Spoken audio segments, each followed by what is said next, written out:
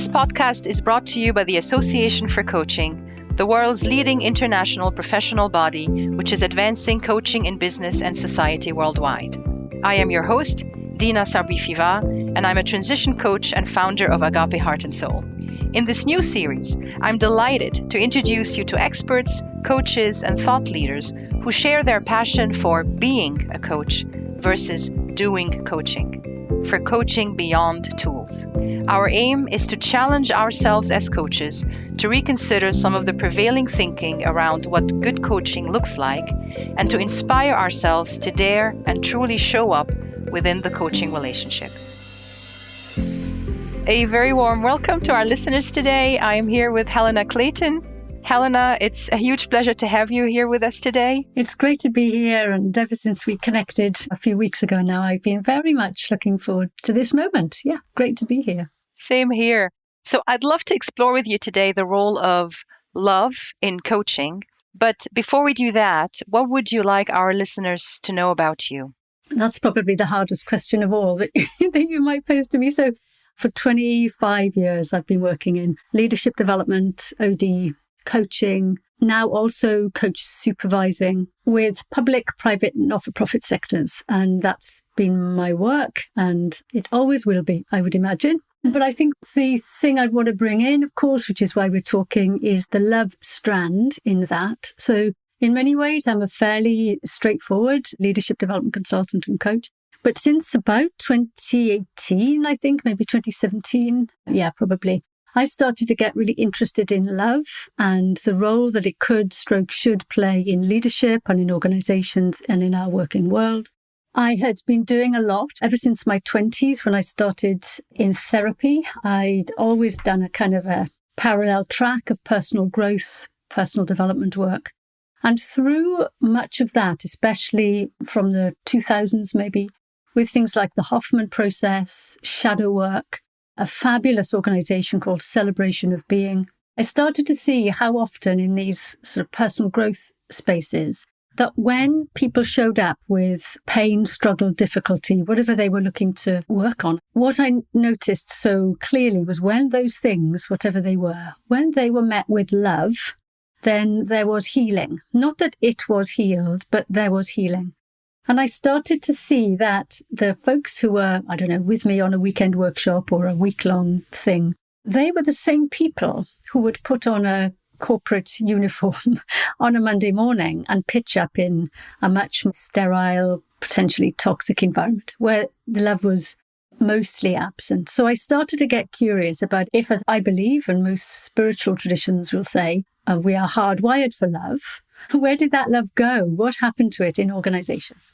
So in 2018, I wanted to take this seriously. So I did a piece of research and I updated it for 2023. And I don't imagine we're going to go into that research too much today. So if folks who are listening did want to read that, then just hop over onto my website, helenaclayton.co.uk, and you'll find the research report that you can download there. So that then brought the love strand into my work. So currently I also run a leadership program called Leading from Love, which I've run a few times in organizations. I blog and I write. I continue to research on that theme. So that's my work. And I live in Sussex, close enough to the sea to get in as often as I can. I'm trying to get in much more through the autumn and winter, but also up onto the downs where I love to walk. And I turned 60 this year, so my questions and my interests are also including things like, what does it mean to grow old and try and do it with a bit of wisdom at least, or cultivate wisdom? But I'm also interested in death and dying. And I've just started some training in what gets called end-of-life doula work, but end-of-life care. So yeah, those are some of the things that are on my curiosity radar as well. But yeah, hopefully that sets the scene a little. Yeah, I love the curiosity, as you called it, the wide aspects of interest that you have. And interesting, also your interest in wisdom. I've been looking into that for a little bit. I just started researching the topic of wisdom. And one thing I actually came across was that one definition of wisdom being that wisdom comes from love. So at the heart, at the source of wisdom is in fact love, which brings us back to your initial interest with that research. And anyway, so it's interesting. comes to full circle somehow. It sounds like we should have a separate conversation, then, Probably. Dina, about wisdom, right? Yes. I came across your work through a common acquaintance. And as you said in your wonderful intro, I was really intrigued by the fact that you combine love and leadership and the work you do with leaders around this leading with love or from love, and of course also your podcast and so on. So I've been really looking forward to this conversation. On the one hand, to explore the work you've been doing with leaders and how love fits in this picture. And also, I'd love to explore with you what you think is then the place of love within the coaching relationship. But maybe to get us there, let's start with that L word, love. How would you define it? What's your personal definition of love? What does it mean for you? When I did the original research in 2018, I did not go in with a definition of love. That was impossible for me. Instead, I asked respondents, what does love mean to you, particularly as it relates to the workplace? And you'll see in the research report, the responses were 5 different things. It's care, bucket called care, with empathy, compassion, connection, nurture. There was also listening, that being fully present, giving somebody our full attention, that was really felt as a form of love. A third thing was boundaries. Saying no, holding clear boundaries, giving tough messages, that was seen as a form of love. As were 2 other things. One is generosity, putting somebody else's needs before yours. Some of these are problematic. Many of us overdo that, and it becomes martyrdom, not generosity, but nevertheless. And then the final one was something about acceptance, really accepting ourselves and other people with all of their warts and all. So there were some definitions of love, and I've gone on to think about how might hope be a form of love, how might forgiveness be a form of love, how might anger be a form of love, etc. So the delight I've had over the last few years is really being a bit playful and exploratory about what could be considered a form of love and why. But because you'd asked in the very lovely prep questions you sent through, what might it mean in coaching? When I started to feel into this, I've got a few answers for you, if you like, a few things that we could explore together. But the first actually was something about love, something about expansion and seeing the bigger picture or the biggest picture. So how might seeing the biggest picture and helping a coaching client, since we're linking it to coaching, how might that be a form of love? And Bert Hellinger, who founded the fieldwork in systemic constellations, he has a couple of phrases. He says, love is a wide-angled lens. And he has another lovely phrase, which is, love equals seeing plus distance minus judgment. Love equals seeing plus distance minus judgment. So in both of those, there's something about how might it be a form of love? How might expansion, is the word I went for, be a form of love, and how might that show up in coaching? Yeah, I have a few more things to say on that if we want to go there, but that was where I went actually. There's so much there. You spoke about how within your research, the aspects of care, so the empathy, the compassion, but also the listening, the setting boundaries, and then hope, forgiveness, acceptance, anger. And then this aspect of love is expansion. So I think if we stayed with the sentence love is, based on the research, the experience you've had so far, the experiences you've made, the things you're thinking about for the future that you've mentioned in your intro, if you were to complete that sentence, love is, how would that go? I think for today, I would go with love is expansion. And there are a couple of, I don't know, I might call them subheadings, like in what way expansions. And all of these things I think apply to coaching, but wider too. So that it's something around how might it be a form of love to come right up and out. Heifetz in leadership development talks about the importance of leaders coming up and sitting in the balcony. So coming up and out and looking down on the action of the dance floor. And Deborah Rowland, who writes beautifully based from a foundation of systemic constellations and other things about leadership, she has some lovely phrases and ways of saying things. She says, all thoughts and action make perfect sense, however seemingly strange, when you can see the system in which they are situated. So there's something about how might it be loving to come up and out, to see the bigger context, the bigger picture. So that when we see someone's behavior, we can say something like, blimey, no wonder someone shows up like this. Because look at the wider context.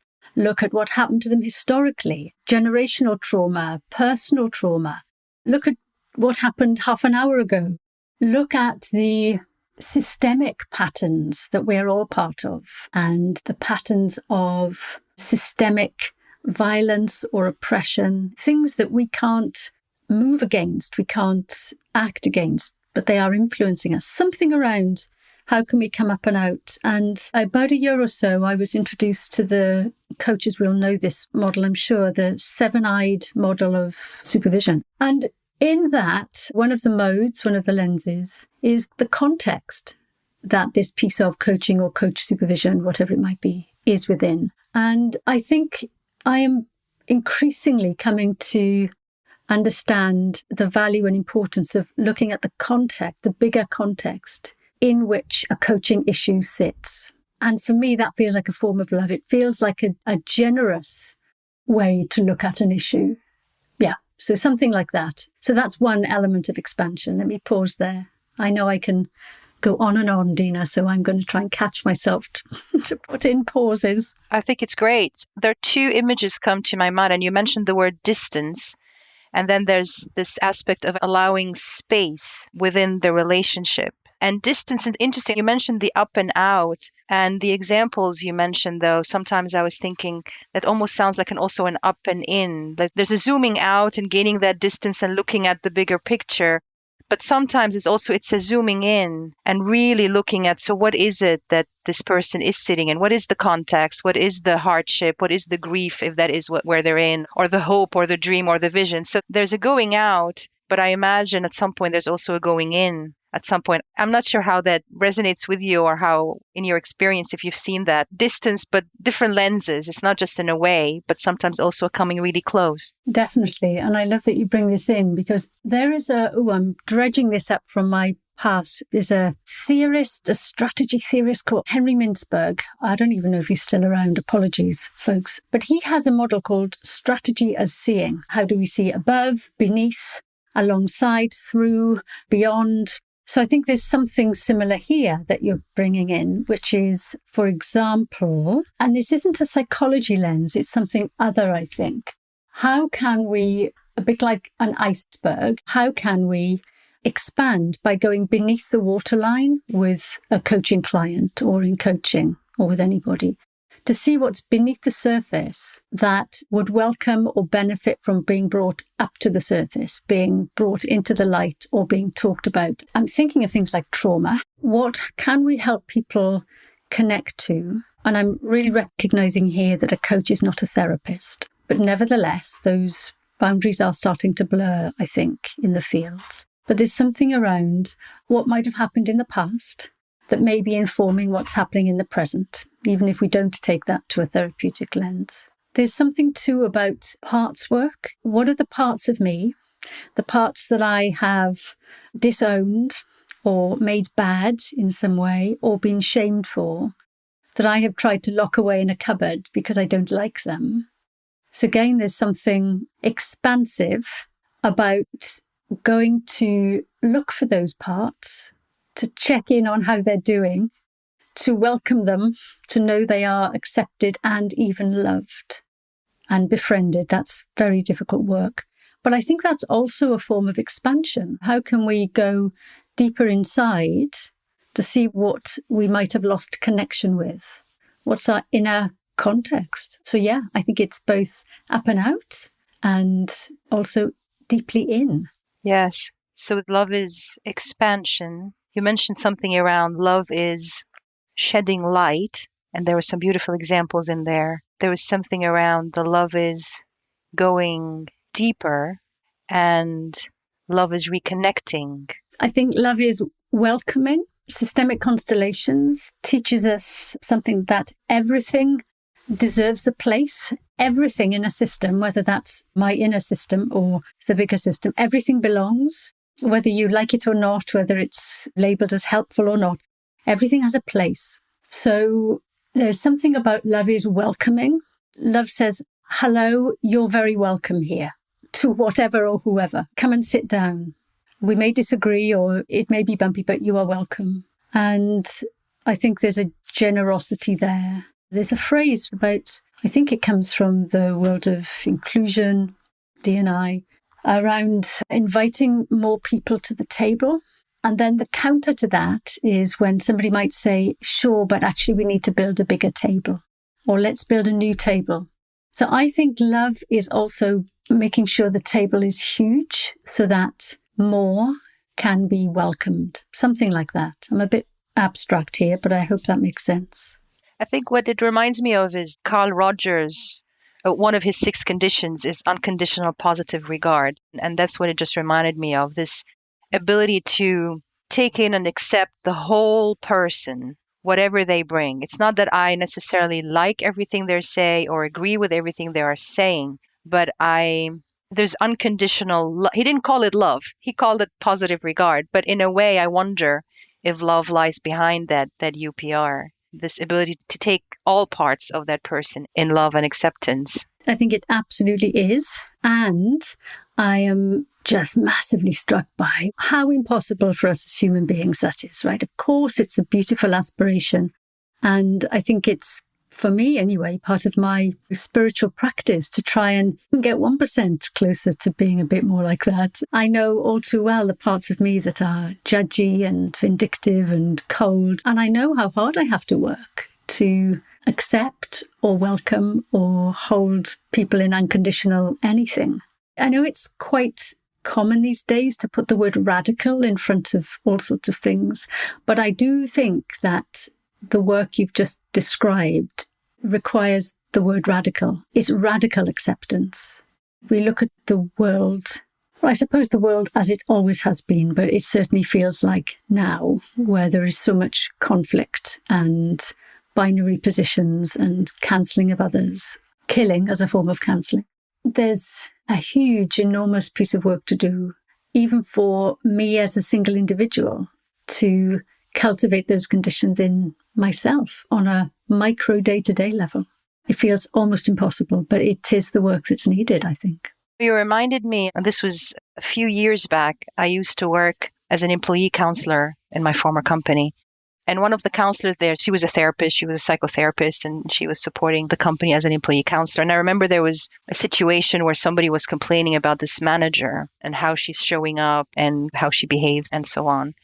And I'll never forget her answer. Even she deserves to belong. She has a place. I can't remember exactly the words she used, but I just remember it really touched me, that sense of, it's not that she agrees with what she said or did, but there's something about she belongs. She's part of this team. It reminded me of this Ubuntu, the South African, I am because we are. It's just, she's not separate. She's not othered. Yes, it was such a lovely way to look at something that was difficult. Anyway. And hearing you say that, Dina, too, makes me think of they call it an epidemic of loneliness, right? How fragmented we are, and how when somebody is not included, how super easy it is for them to feel abandoned, pushed out, excluded. And the pain of that is immense, to feel turned against in some way, however subtly. So I think there's great power in what you're saying. And I think love is also a form of doing whatever we can to help people see that they're not alone, that they're part of something. David Whyte, the poet, he says, a beautiful poem, I can't remember the name of it. He says, your great mistake is to act the drama as if you were alone. And I think as a coach, I'm making that link rather loosely, but certainly as a human being, I think, and arguably as a coach, I think there's something about how can we help people feel that it's not just them, it's not their psychology that is wrongly wired, it's not their fault, they're not on their own with something. And in a group coaching, I think that can be so beautifully done because there's a group dynamic and there's a sharing that automatically happens amongst participants. I think in a one-on-one coaching, it would require the coach to share a bit of themselves or their experience or something that then allows the person to know, I'm not sitting in this alone. There's a connection, there's a relationship. It's a really tricky one for coaching, isn't it? Because we know, or we're at least part of the old story of coaching. As a coach, you don't reveal much of your own stuff. That's arguably softening as a stance now. But there is that. And there's a very powerful Amy Elizabeth Fox, who co-founded and runs Mobius Leadership. She talks about love and trauma-informed leadership. And one of the things she says is you can't do this work in therapy, right? The work of healing can be done, of course, but it shouldn't just be done one-to-one in private rooms. Healing is a collective endeavor. We need to heal together. So if I think of that in relation to coaching, I can take a view that says that a danger of coaching, and I may, of course, be talking about my own practice, obviously, is that we focus on the individual in isolation, which is why, for me, the importance of context is so key. But when can it also become a little too psychology-led, a bit too solipsistic, all focused on the self? And when actually is it really helpful to connect with others? So things like group coaching, I love that you bring that in, because that is another lovely way where people can see just from other people sharing that it's not just me, I'm not alone. We see this in action learning all the time. People coming away from those sessions saying, oh, I thought it was just me. And I feel so much better to learn that it isn't.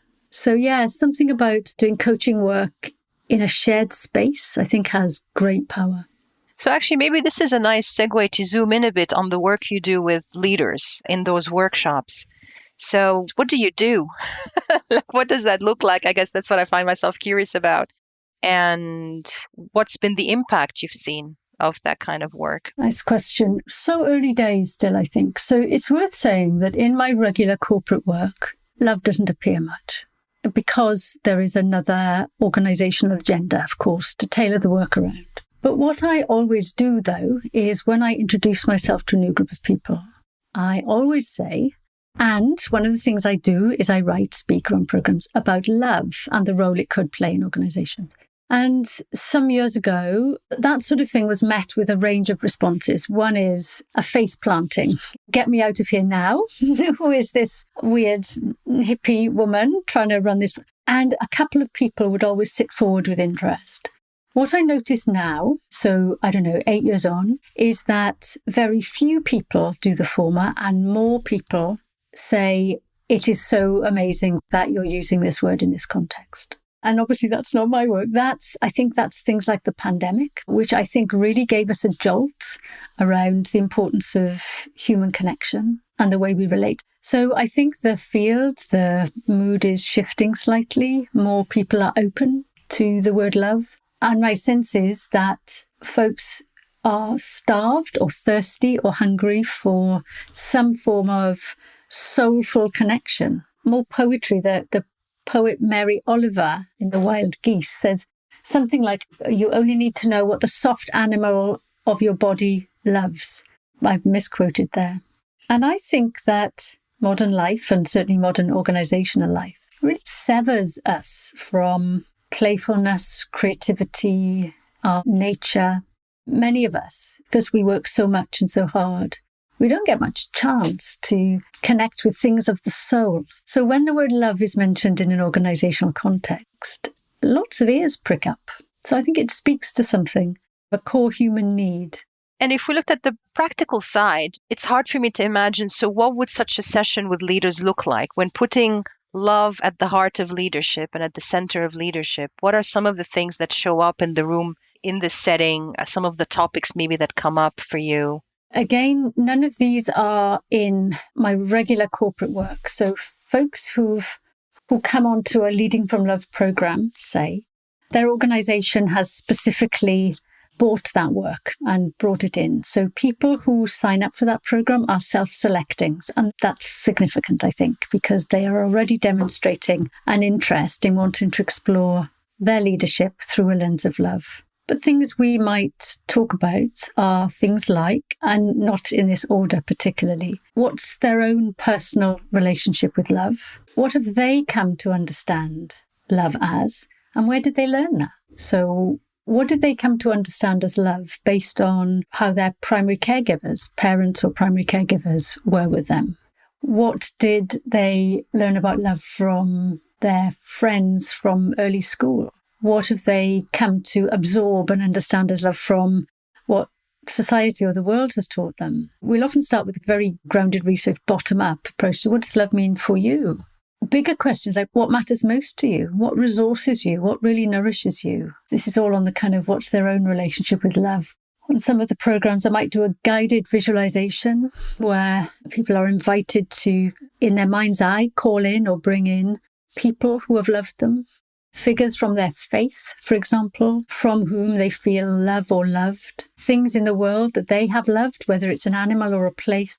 And from that, we start to build a picture of, so what does love mean for you? We also do an activity in small groups where we go round in a circle, round and round a few times, completing the sentence, I know it's love when, ... So one of the things is to just help people think about what love means for them. And then the question is often, and how much of that, or in what ways do you lead or manage from that place? What enables you to lead with more love, however you define it? What gets in your way? And those could be within you personally or within the organizational system. So those are some of the places we might go.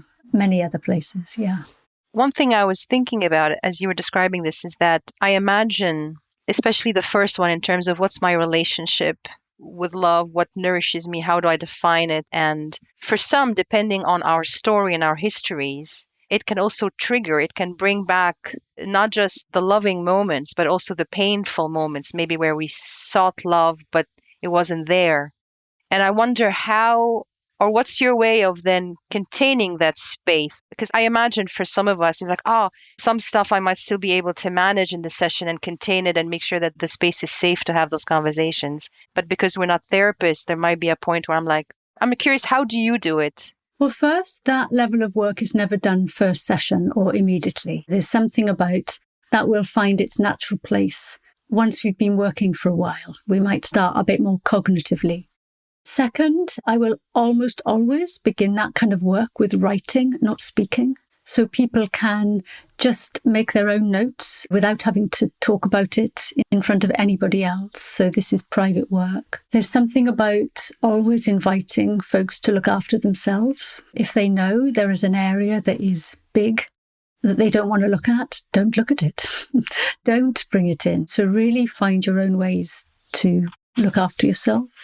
And there's something, and this is trickier, I think, about, I'm not going to use the word triggering. I think it has massive connotations. But if I was a participant in something like that and I identified something that moved me or was upsetting or made me cry or, I don't know, created a bit of a charge, there is something about, and that's okay. Some amount of disturb, if you like, is okay. Now, obviously, there may be therapists listening who are thinking, dear God, don't let that woman near any. But I do believe that the more we can, in gentle ways, in teaspoon quantities, not gallon buckets, if teaspoon by teaspoon, we can just start to connect with, in this case, we're talking about perhaps our hurt places as part of the way we heal, but teaspoon by teaspoon. I hear you. I think what I'm hearing is that there's something about a self-awareness as a coach about our own abilities and where we're willing to go. So something about being very much aware about our own boundaries if we choose to do this kind of work. And then also setting the space in a way that it allows us to stay within those boundaries of our own abilities and willingness. And the other part I also heard is that you give that space to your participants as well, so that there's an opportunity for them to reflect on their boundaries. What am I able and willing to share and discuss and explore and expose in that light of love with this group, with this coach, with this facilitator? And what are things that I will choose not to, because that's not the place or time for it? Definitely. And within that play, something gets co-created. And I want to make a distinction too in what you're saying between the way this might play out as a coach and the way I tend to run this in my Leading from Love programs, right? So they are rather different things. The contract is very different. In a leadership program, in a group, the contract is entirely different for where we might go and why and how, versus taking this work into coaching. So in coaching, absolutely. As a coach, I am super attentive to what the contract is with my client. What is the work, the job of work that I am being invited to coach into here?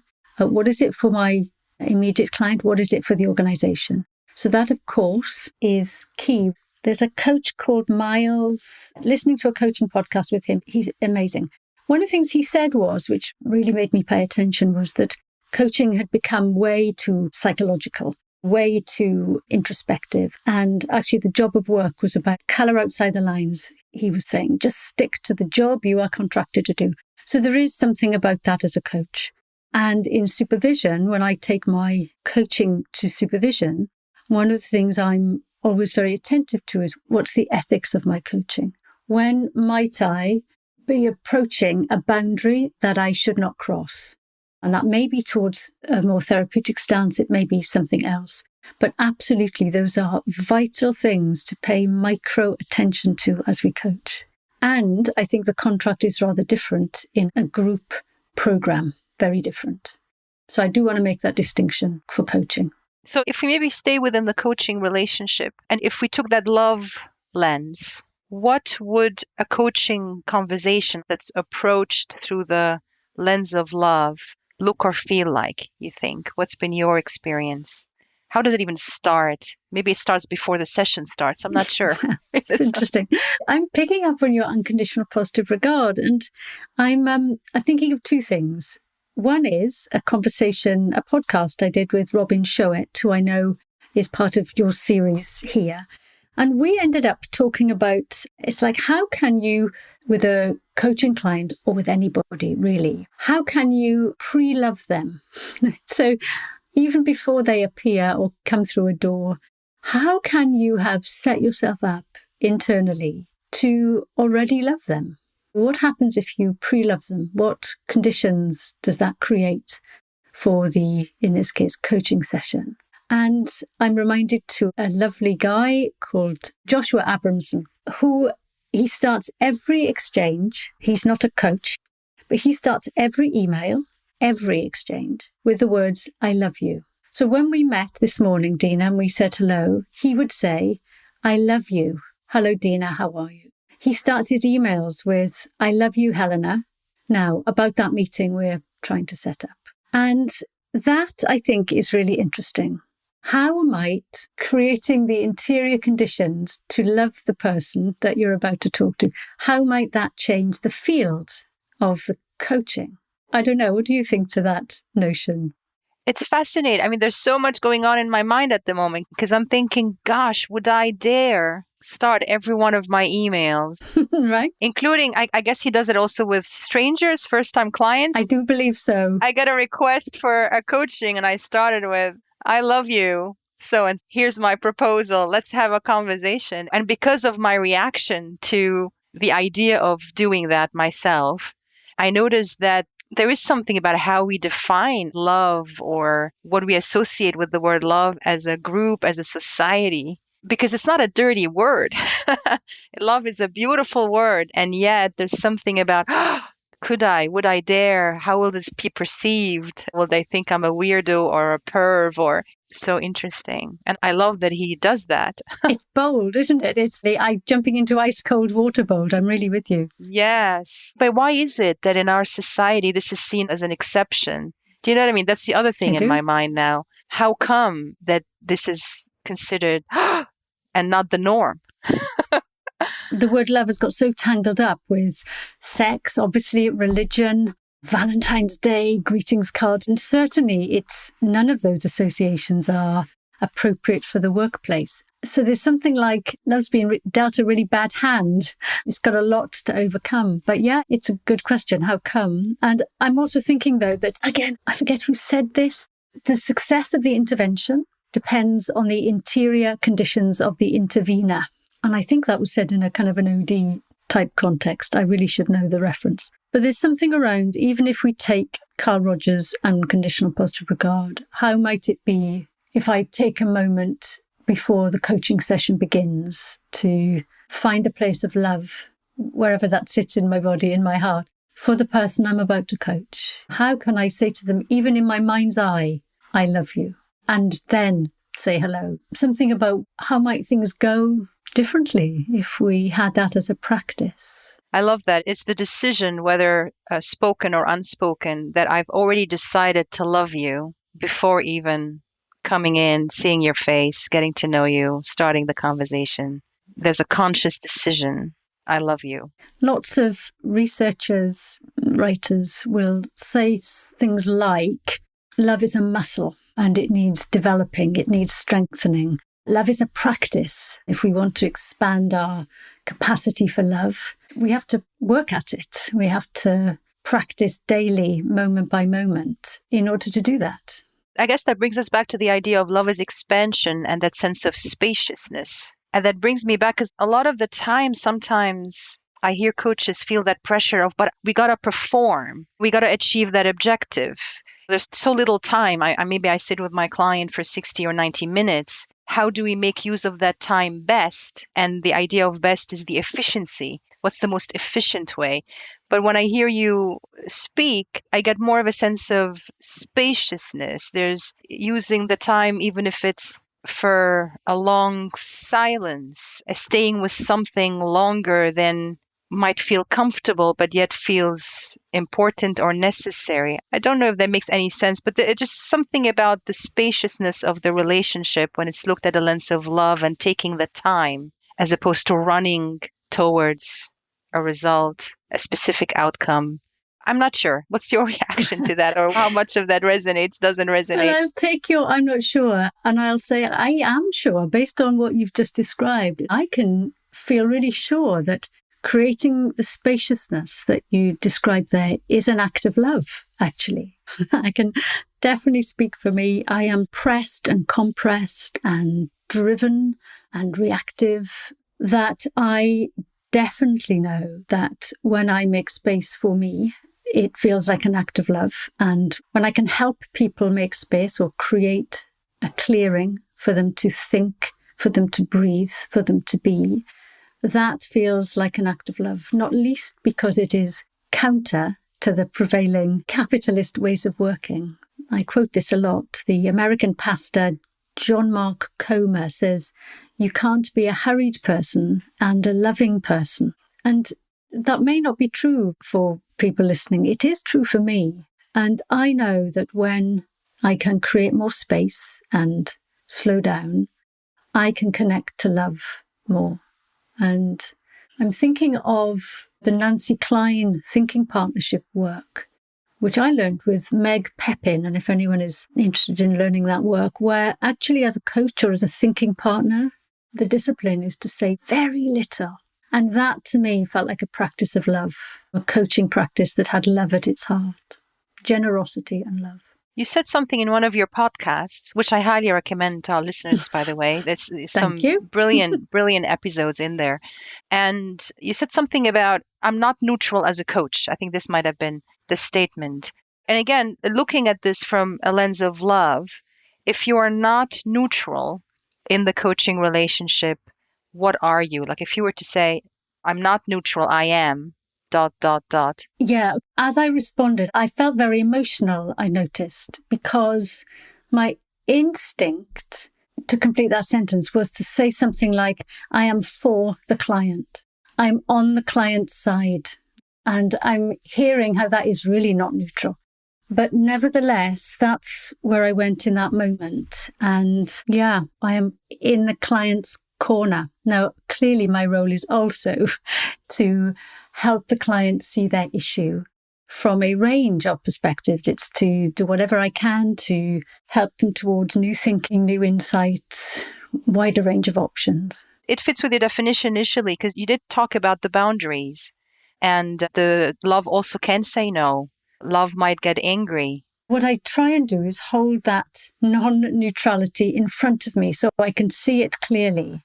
And I might articulate that to a coaching client. I might say, I don't feel neutral on this issue. So, for example, if I hear that somebody has said something to them, their boss or whatever, I might say, I'm not neutral. That is not okay for me, what they said to you. I don't know, something like that. So I would always endeavour to make that transparent And if I felt anger on their behalf, if I felt, for example, I wouldn't always bring it or raise it or mention it, but I often might, because I think there's something about the aloneness bit that we talked about. A client can often feel alone with the issues they're bringing to coaching. As a coach, at least one of my roles is to be a friend to that coaching client, a critical friend for sure, with objectivity and neutrality wherever I can. But none of us is neutral, really. But I often think that really appreciating what I see in them, I'm okay to claim my non-neutrality, actually. And your question is prompting me to think about that in more nuanced ways. I love that. So in the first episode of this series with John Lee Rejoice, we spoke about the use of self. And we were looking at it from the lens of the Gestalt coaching philosophy and how powerful it can be when the coach mirrors and shares their thoughts, their feelings, their embodiment, their sensations. But it's interesting, as much as I love the use of self, I never connected the use of self to an act of love. And yet listening to you and the examples you shared about you being not neutral in that coaching relationship and how that's an expression of love, I thought, oh, my goodness, maybe that's why I'm so excited about the use of self, because it's actually one possible act of love and telling the client, I see you, I'm here with you, we're in this together, and I see you. Absolutely, Dina. And I did some training recently in an organization that has a psychoanalytical root system. I won't name it. I did not like it because the facilitator's stance was completely neutral. So therefore not relational, actually, and not very human. And I did not like that at all. And understandably, they come from a very particular therapeutic tradition. But I definitely, yes, it's interesting you bring the word neutral. I definitely did not like that neutrality. And I would very much hope that I was not like that in my coaching. And I know I'm not, but also I tend to wonder too from time to time. And I take this into supervision, or I have. When might I over-identify with the client? When might I be so on their side that I lose some objectivity? That's also a boundary to play with for many coaches. I'm hearing the importance that if and when we choose to do this kind of work and really go all in that relational aspect of the coaching relationship, to just keep working on ourselves as coaches, heighten our own sense of self-awareness. Supervision is definitely one very important aspect of that, and there are probably many more. So yes to doing it. And at least for those coaches who would like to, not everybody might feel comfortable with that approach to coaching, but for those who would like to, but wonder about how and so on, the sense of our own self-awareness, self-development, continuous learning about ourselves is so incredibly important when doing this kind of work. And the field of coaching is changing. What's considered to be coaching, what's considered to be therapy, we've touched on that. But it's changing all the time. And yes, I think we absolutely need to really pay attention to that. And I'm thinking too of the phrase, which I think comes from the 12-step work of Al-Anon. It's in relation to addiction, but the phrase detach with love. I think that's also relevant to coaching. How do we stay in and for the client and in with the client, but also detached enough to bring perspective and objectivity, but to do that with love? Helena, we could speak about this for another full hour. It's been so incredibly insightful, and I really appreciate you taking the time and having this conversation with me and with our listeners today. I imagine that some of our listeners may want to connect with you. If so, where could people find you, find out more about your work, get in touch? LinkedIn, Helena Clayton. That's easy to find. And over onto my website, helenaclayton.co.uk. And the best way to stay in touch is to sign up for my newsletter. It's a monthly thing. And that way you'll get a range of stuff from me on love and leadership and related things, as well as dates of any workshops or things like that I might be doing. And obviously this podcast will go into the next one as soon as we can get it in. As we come to a close, what do you feel is maybe still unsaid that should be said, something that is on your mind and you'd like to express? I'm sitting with questions for me about, I wonder to what extent I was talking helpfully and clearly about love in coaching, and when I was talking about the work I do with love elsewhere. So I'm thinking, I think I could have been more helpfully clear about something. So I'm sitting with a kind of a wondering about that, but I think listeners can pick their own way through that. And what I am left with too as a really good thing is, I think my next bit of journaling is around neutrality in coaching and how I might own my non-neutralness with, map the field of my own non-neutrality, something like that. So this conversation has prompted another thread to follow. So thank you so much for that and for your lovely holding and great questions. Thank you so much, Helena. It's been a huge pleasure for me. Thank you for listening to another podcast by the Association for Coaching.